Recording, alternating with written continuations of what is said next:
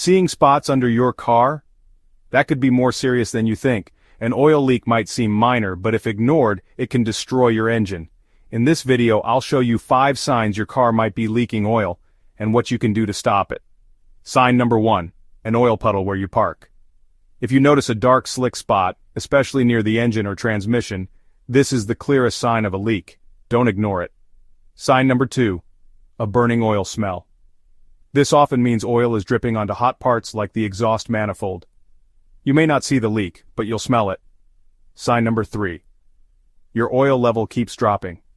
If you're regularly adding oil between changes, your car may be leaking it somewhere. Always check your dipstick for accurate readings. Sign number 4, the oil warning light. This light means either your oil is low or the pressure is too low to safely lubricate your engine. Either way, it's urgent. Sign number 5, oil stains or buildup around your engine. Check near the valve cover, oil pan, or filter. Gaskets and seals can dry out, crack, and leak over time. If you spot any of these signs, act fast. Common causes include a worn valve cover gasket, loose oil filter, or a damaged oil pan. Sometimes it's just a loose drain plug after an oil change. Cleaning the engine and using UV dye can help locate the leak.